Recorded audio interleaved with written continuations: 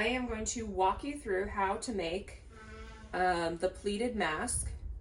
And it's, there's actually several versions around the internet, but this is the one from Button Craft. I think I will make sure that I put a link to it in the description. Anyway, it has a step-by-step picture tutorial, but this is a video walking you through and also with the ties, the variation. So to make this mask, you're going to need a piece of fabric that's 8 by 14. If you're gonna do something with a pattern, grab one that has something. Like, so it has this fabric should be like up, because there's pictures. They go up and down, then make sure that you orient it this way, because that's how it's going to be. If you do it this way, then everything will be sideways. So 8 by 14 inches, and you're going to fold it this way, hamburger style, with the right sides, that's the pretty sides, facing in. And all of the seams are done on a 1/4 inch. So,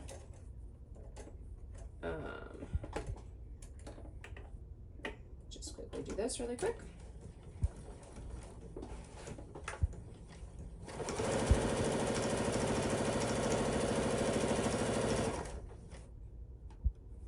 Probably should pen this, but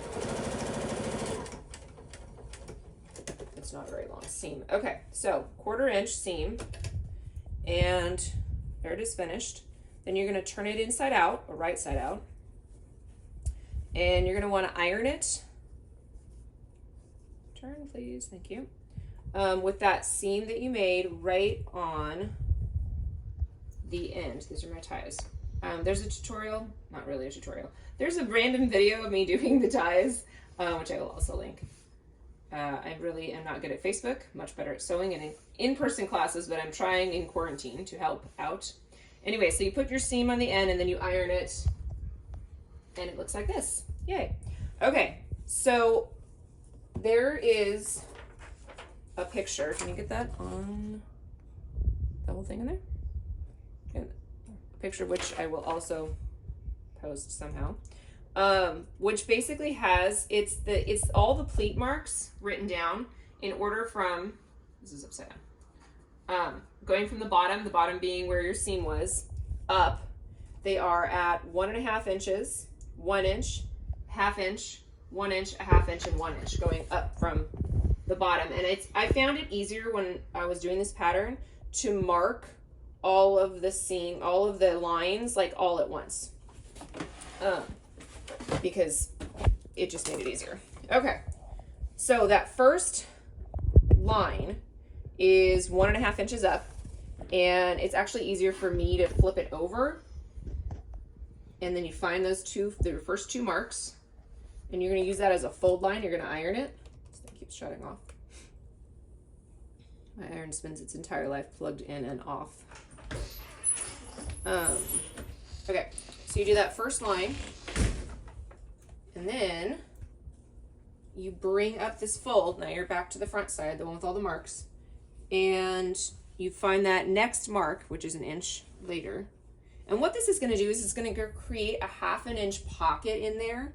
And when you get it all together, all of those pockets are going to actually make this mask 4 layers instead of 2. So it doesn't actually need a filter. And this isn't really for coronavirus anyway. It's for all the other hospital settings that don't have it. And the one with the ties can be used in surgery. There's a cat. There's always a cat. Okay, so we just did the first 2. Okay, so now we're going to flip it back over again to the non-marked side. There's cat hair on this. There's cats everywhere. Actually, no, it's just lint. Okay, and then you find your next mark, and it's this one right here, and you're going to fold that and iron it.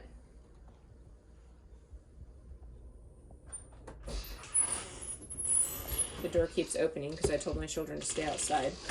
They don't listen very well. Okay. Yeah, out. All right, so now you have the second fold, and you're going to find your next mark, which is that 1 more inch up, creating a second 1/2 inch deep pocket. And you're basically going to do this all the way down. It'll make 3 pleats. Okay, so then there's that. And then flip it back over till you can't see the marks anymore. It's actually, here we go. And find your new mark, wherever it is. is just my new mark, and then you iron that. This should be easier to follow. The pictures, it took me forever to figure out, and I was like, oh, well, why don't I just make all the marks at the same time? That would be easier to follow. Anyway, for me it was. You're like a picture person. Maybe you can get it. Okay, anyway, so you flip it back over, and then you find your very last mark on there. So, like this.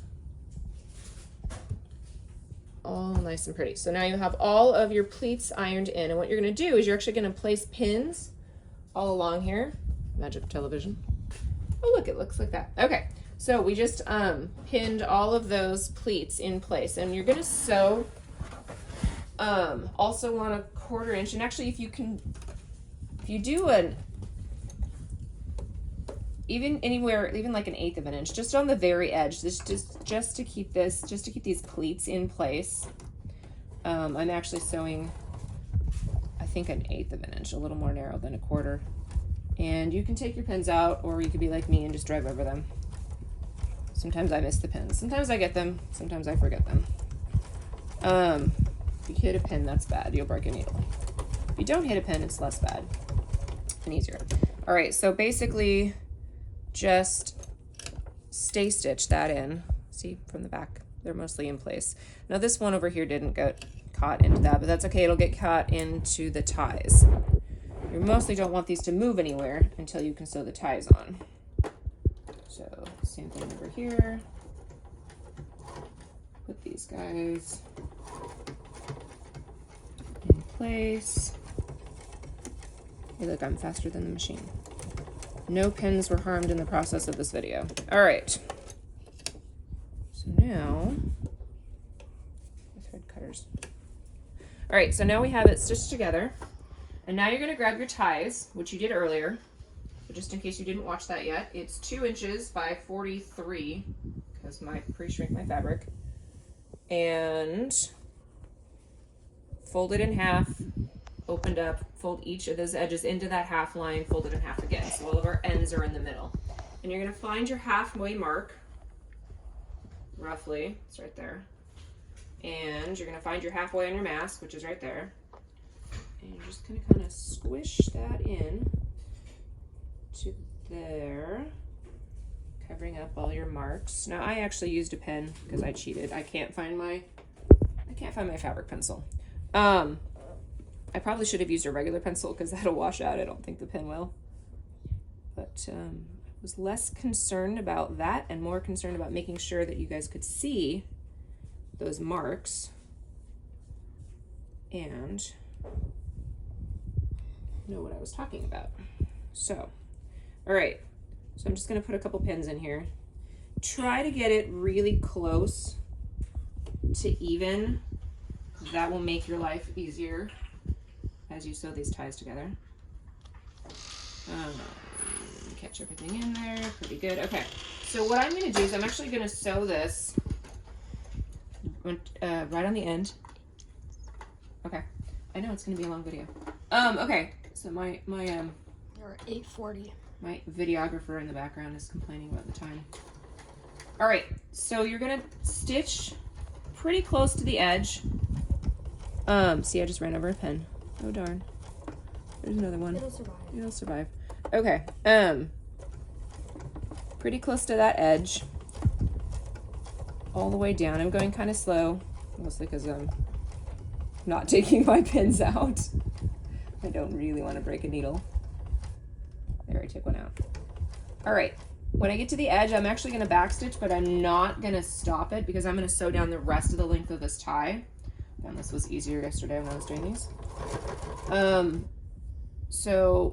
this got ironed earlier, so it's already kind of fluffing up a little bit. Just try to stay really close to the edge. The important thing is that you don't slip off. You want to get all the ends caught in there.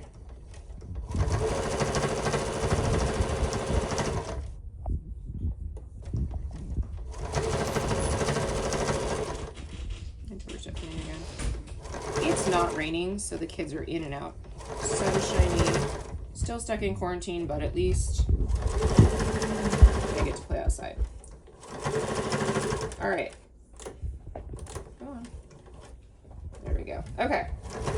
Baxter's just having issues. All right, so I just sewed down the length of my tie, and I'm going to turn this over. Keep my threads. Oh, cat. Shock. All right, cat. Not a toy for cats. I am going to take my pins out now, and I'm going to turn this over, and I'm see. Oh, I completely missed it, which is I kind of did that on purpose. Usually I get it pretty close, but I'm assuming that not everyone else out there is really good at sewing, and they'd be like, what happened when I missed it all over the place? Well, guess what you're going to do now? Now, you're going to sew it on the other side. See, it only caught, sometimes it catches in a few places. And you know what? It will just reinforce these ties going on. Okay, so now we're going to start from the back side. Honestly, there will be no backside and front side when we're done. Be unidirectional. All right, and now I'm gonna do, and yeah, this is gonna leave a second line on the other side, but it's just a line of stitching. Doesn't really matter what it looks like as long as it works. And if you're really lucky, you'll catch the whole thing all the way down. Sometimes I don't. Sometimes I miss a couple. All right. So now I've caught this side in, and I get to the very end of this corner here. I'm going to backstitch to give it some reinforcement, because those ties take a lot of tugging on when they're being tied. And then finish this tie all the way down.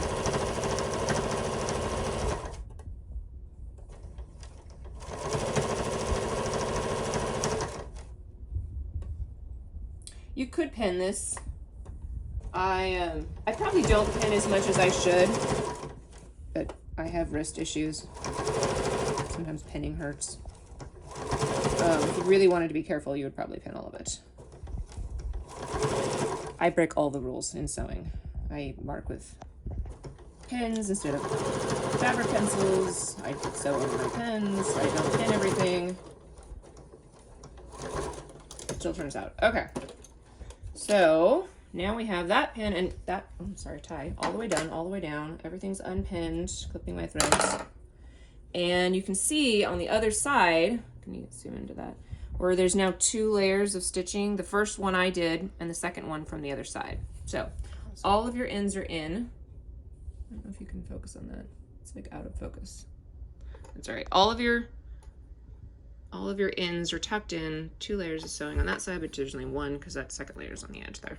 Anyway, and then you would do the same thing. You're gonna turn around and do the same thing on the other side. And then when you finish, it looks like this, only with different fabric. So that's how you do that. And it's not as hard as it looks. The directions online looked scary, and I'm a seamstress. So anyway, that's the simplified video version, and I doubt this is going to go viral, so probably this is just going to my friends. If you have any 13-minute long video.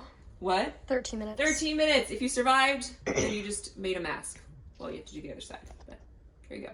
Thanks.